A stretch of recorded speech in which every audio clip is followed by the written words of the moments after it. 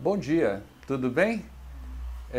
Nós vamos iniciar mais uma aula de Escola Bíblica Dominical. Nós estamos estudando o Evangelho de João e estamos na sequência agora do encontro de Jesus com a mulher samaritana. Então o nosso capítulo é o capítulo 4, nós vamos estudar dos versos 27 até o verso de número 38. Você vai observar uma lacuna na conversa entre a lição passada, obviamente, ou melhor dizendo, entre a lição passada e a lição de hoje. Você vai observar uma lacuna no diálogo entre a mulher samaritana e Jesus Cristo. Então aquele papo onde dos verdadeiros adoradores nós pulamos, mas a gente vai voltar nesse assunto posteriormente, tá? É só para que eu tenha uma sequência aí dentro daquilo que eu quero falar. Na lição passada, a gente falou muito sobre a rincha dos samaritanos e os judeus. E a gente viu aí como que Jesus quebrou algumas barreiras para poder pregar o evangelho a essa mulher. Nós falamos da necessidade de se passar por essa cidade tão discriminada pelos judeus. Hoje, na lição de número 13, nós vamos falar ainda sobre o encontro de Jesus com a mulher samaritana, mas a gente deu uma pulada um pouquinho para esse resultado final. Então a gente ainda vai falar de quebra de preconceitos, só que agora não só da parte de Jesus, nós vamos falar disso também, o quanto Jesus quebrou barreiras, mas nós vamos falar também das barreiras que precisavam ser quebradas dentro da mulher, tá bom? Vamos falar sobre vontade de Deus e vamos falar também sobre a força do testemunho, para onde o nosso testemunho precisa apontar. Não vamos ler o texto para não gastar muito tempo no nosso vídeo. Você pode ler aí, o professor vai ler o texto juntamente com o material didático que ele tem na mão e outros eventuais materiais que a gente vai colocar no grupo do WhatsApp para que você tenha condições de aperfeiçoar a sua aula, tá bom? Então vamos lá. A primeira coisa que a gente vai ver aí é justamente a surpresa que os discípulos ficaram quando viram Jesus falando com a mulher. Na semana passada a gente viu o peso que estava sobre a vida desta mulher. Ela saía para pegar água ao meio-dia e a razão dela sair ao meio-dia era óbvia. Jesus falou para ela, chama o teu marido. E ela disse, o que eu moro hoje não é meu marido.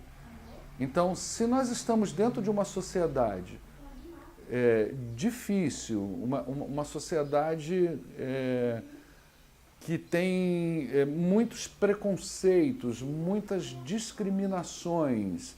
Então, obviamente, que essa mulher, devido à sua condição conjugal, não era benquista na sociedade.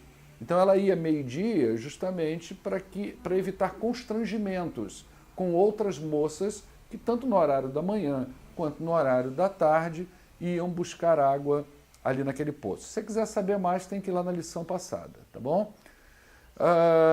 E agora, os discípulos voltam. O texto, na sequência do texto, diz que os discípulos tinham ido comprar uma comida na cidade mais próxima. E agora eles voltaram, eles retornaram. E quando eles retornaram, eles perceberam Jesus conversando com esta mulher. E ficaram surpresos. Ficaram surpresos por quê? Porque não estavam entendendo nada. A visão deles era uma visão terrena, uma visão material.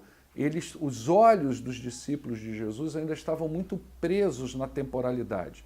Esse foi um trabalho que Jesus tentou fazer com eles durante todo o seu ministério. Os 3 anos de ministério de Jesus foi voltado, dentre muitas outras coisas, para tentar desconstruir essa visão totalmente presa à temporalidade e elevar a visão dos seus discípulos para questões mais sublimes. Então, aqui é um caso desse. Eles não entendem o que está acontecendo. Jesus está envolvido em 2 questões. Uma é estar falando com uma mulher. Isso era muito grave para um judeu, ensinar para uma mulher. Para você ter uma ideia, para um rabi, para um mestre, ensinar coisas de Deus para uma mulher era considerado perda de tempo. Para um pai de família, ensinar a Torá para uma filha, menina, estava no mesmo nível desse homem que está introduzindo a sua filha na devassidão da vida. Ele poderia ser até considerado um homem que vai para o inferno por ter feito isso. Então, havia muitas irregularidades na forma de pensar do judeu.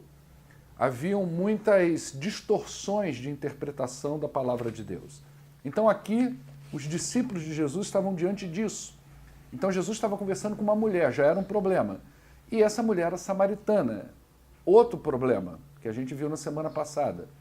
Então, Jesus estava metido numa encrenca muito grande. Eu acho que você, se parar um pouquinho para pensar, consegue entender a dimensão do que Jesus estava fazendo, as barreiras que Jesus estava quebrando. E ele estava ensinando seus discípulos a terem essa visão. A igreja de Jesus precisa também abrir a sua mente. A igreja de Jesus precisa abrir a sua visão para a necessidade de outras pessoas. Assim como Jesus, nós precisamos aprender a separar o pecado do pecador. O pecado, ele realmente não é uma coisa agradável a Deus. E não é agradável à igreja, e não deve ser agradável aos discípulos de Jesus Cristo. Mas o pecador, esse sim, ele é alvo do amor de Jesus. E nós, como igreja de Cristo, nós como discípulos de Jesus Cristo, precisamos aprender a amar pessoas mesmo diante de pecados tão horrorosos. Não importa o quão grande é o pecado do sujeito, nós precisamos pregar o evangelho para essa pessoa, porque entendemos que o amor de Deus, o evangelho de Jesus Cristo é poderoso para libertar, para curar, para livrar o ser humano do pecado. Então é importante não termos essas barreiras de distinção, barreira étnica, barreira social, barreiras econômicas, barreiras de cor de pele, barreiras de gêneros. Isso não importa para a igreja. Nós temos que pregar o evangelho a toda criatura. E Jesus já estava ensinando isso a esses homens. Vocês precisam pregar o evangelho a toda a criatura. Um pouquinho mais para frente, inclusive ainda nesse tópico, Paulo, que não estava nesse evento e que era, antes de aceitar Cristo, um homem também extremamente religioso e com muitos preconceitos, ele quebra esses preconceitos quando ele aceita Jesus no caminho de Damasco, e quando ele vai escrever a sua carta aos Romanos, ele vai então lá no capítulo 2, no verso 11, ele vai dizer que Deus não faz acepção de pessoas. Deus não distingue pessoas. Ser humano é ser humano, alma é alma, condenação é condenação, libertação é libertação. E nós precisamos então seguir a mesma linha que Jesus e a mesma linha que Deus na visão do ser humano. Nós temos aí também a ideia de que eu botei aí no tópico 2, quebrando as próprias barreiras. Ou seja, não era só Jesus que precisava quebrar barreiras. Assim como também não é só a igreja que precisa quebrar barreira. O outro também precisa. A pessoa que recebe o evangelho, em muitos casos, ela vem cheia de crenças, ela vem cheia de paradigmas, ela vem com muitas distorções e ela precisa aprender a quebrar isso. Veja que essa mulher largou o cântaro. Esse largar do cântaro tem implicações reais, literais, mas também tem implicações que são simbólicas. Ela poderia estar largando esse cântaro como uma forma de dizer para Jesus, olha, eu não preciso mais desse cântaro, eu vou te abençoar com ele, já que você está andando, está com sede, não tem nem como tirar a água, eu vou abençoar você com esse cântaro. Ela também podia estar abrindo mão dele em função também da sua euforia quando recebeu a mensagem salvadora de Jesus. Observe que quando Jesus oferece essa água viva para ela compra essa ideia com tanta força, depois que ela, obviamente, que ela observa e ela chega ao entendimento de quem Jesus de fato é, que as suas necessidades primárias já se tornam agora secundárias. Ou seja, se você conhece, por exemplo, a pirâmide de Maslow, ela mostra a hierarquia das necessidades. É a primeira hierarquia, que está na base de toda a pirâmide, são as necessidades fisiológicas, sede, fome e outras que estão lá na pirâmide de Maslow. Então, nós estamos falando de uma necessidade primeira, comer, beber. E tanto Jesus quanto a mulher, isso é muito interessante, estão abrindo mão de necessidades básicas. Jesus abriu mão da necessidade de comer para fazer a vontade de Deus. E a mulher abre mão da necessidade de beber desta água, ela larga o cântaro, lembrando que ela foi para ali para isso, para pegar água, e ela ficou tão empolgada com a mensagem do Evangelho que ela entendeu que a primeira coisa que ela precisava fazer era contar isso para as pessoas.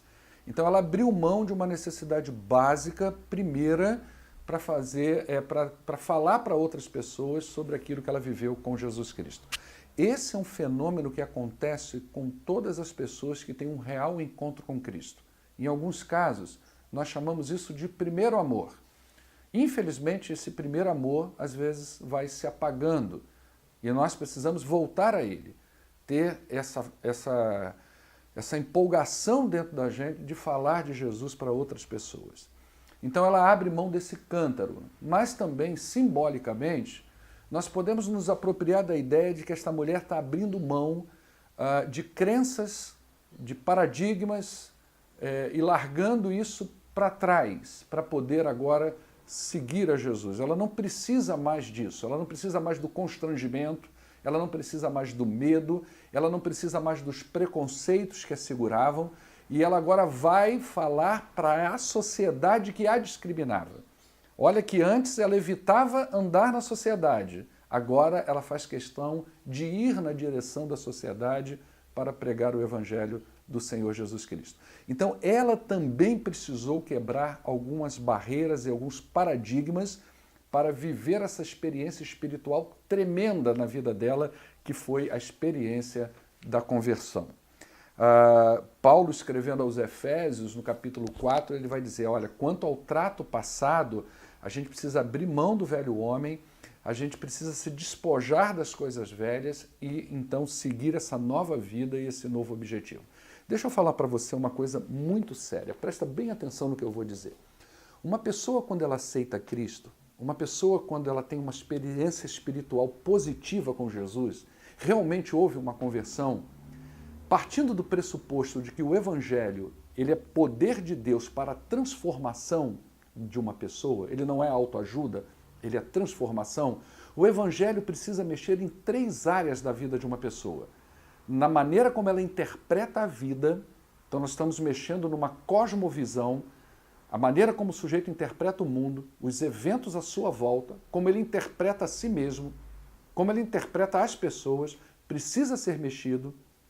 Outra, precisa mexer nas emoções, a maneira como essa pessoa sente, como ela perdoa, relações de ira, de mágoa, de rancores precisam ser mexidos e precisa mexer no comportamento também dessa pessoa. A maneira como ela age na sociedade, a maneira como é o modus operandi dela, como ela se comporta, também precisa ser mexido. Então, pensamento, emoções e comportamento são alvos do Evangelho de Jesus Cristo. Todo ser humano que se aproxima de Jesus precisa ter essas 3 áreas mexidas. Depois eu vou pregar sobre isso na igreja, tá bom? E isso aconteceu com ela. Pensamento, sentimentos e comportamento dessa mulher, todos esses 3 foram mexidos quando ela teve uma experiência genuína, uma experiência espiritual genuína com o Senhor Jesus Cristo. Em quarto, e aí já arrumando para o final, depois que ela tem toda essa experiência, ela vai agora testemunhar. E observe que o testemunho dela aponta para Jesus. Os ouvintes dela sentiram o desejo de conhecer Jesus. Nós já não precisamos de você, mulher, nós vamos ouvir ele, ok? Então, eles estavam na expectativa de alguém que viesse restaurar o conhecimento deles a respeito de Deus, as interpretações que eles tinham a respeito de Deus, e eu vou falar isso quando eu falar dos verdadeiros adoradores, tá bom? Mas agora eles querem ouvir diretamente a Jesus. Por que isso? Porque o testemunho da mulher apontou para Cristo. Então toda a nossa fala não deve ser para exaltação de nós mesmos. Ah, eu passei isso ou aquilo na vida, eu era isso ou aquilo na vida. Não importa, todo testemunho tem que apontar para aquilo que Deus fez na vida da gente. Aí sim, as pessoas vão aprender a amar Jesus, as pessoas vão aprender a temer a Jesus e a querer, a desejar esse Jesus Cristo que nós estamos apresentando para elas, tá bom? Para concluir, né, nós devemos fazer a vontade de Deus. Veja bem que Jesus, quando os discípulos voltaram, eles falaram assim para Jesus: mestre, quer uma comida? Jesus falou: eu já tenho. E eles poderiam ter pensado, e falaram isso, né? Será que alguém trouxe alguma coisa para ele comer? Obviamente que não. A resposta é simples, não trouxeram nada para Jesus comer. Jesus estava mostrando que a prioridade da vida de uma pessoa é fazer aquilo que Deus mandou. Só assim nós seremos felizes. Só que fazer o que Deus mandou implica sair da zona de conforto. Nem sempre nós estamos dispostos a isso. Às vezes a gente quer ficar na casa da gente, nós não queremos abrir mão do nosso conforto, nós não queremos abrir mão daquele tempo que nós já sacramentamos na nossa vida, que é o tempo de estar com a família, o tempo de estar na frente de uma televisão, o tempo de estar dentro de casa. A gente não quer abrir mão disso. E às vezes, para cumprir a vontade de Deus, nós vamos ter que abrir mão dessas coisas. Abrir mão de sonhos, abrir mão de vontades. Não tem como a gente fazer a vontade de Deus plenamente, como Ele espera de nós, se todas as vezes a vontade de Deus ficar em segundo plano. Então o nosso discurso sempre é que nós queremos fazer a vontade de Deus. Mas isso precisa sair do campo das palavras e precisa se tornar prático, precisa se tornar real, tanto na minha vida quanto na vida da nossa igreja. Professor, você precisa entender isso e você precisa ensinar isso à sua classe. A igreja, a nossa igreja, Primeira Igreja Batista de Pouso Alegre, nós precisamos mudar a nossa visão em relação à vontade de Deus. Enquanto nós tivermos pessoas acomodadas, SSS, sentadas, salvas e satisfeitas dentro da igreja, a nossa igreja não vai mudar o seu perfil, nós não vamos avançar enquanto igreja de Jesus. Enquanto você, professor, não for o exemplo para o seu aluno, que você precisa vir orar com a igreja, que você precisa vir abrir mão do seu conforto para estar aqui no meio da semana aprendendo junto com a igreja, vivendo igreja para além da sala de escola bíblica dominical, se implicando com as coisas da igreja. A nossa igreja não vai mudar o seu perfil, a nossa igreja não vai mudar a sua identidade. Então ensina isso para os seus alunos, viva isso junto com os seus alunos, tá bom? Deus abençoe a sua vida, Deus quer que pessoas sejam salvas e isso vai acontecer quando eu e você comprarmos uma visão, uma ideia de que nós precisamos fazer a vontade de Deus. E a vontade de Deus está aí na conclusão da lição, que todos cheguem ao conhecimento dele e que todos sejam salvos. Amém? Que Deus abençoe a sua vida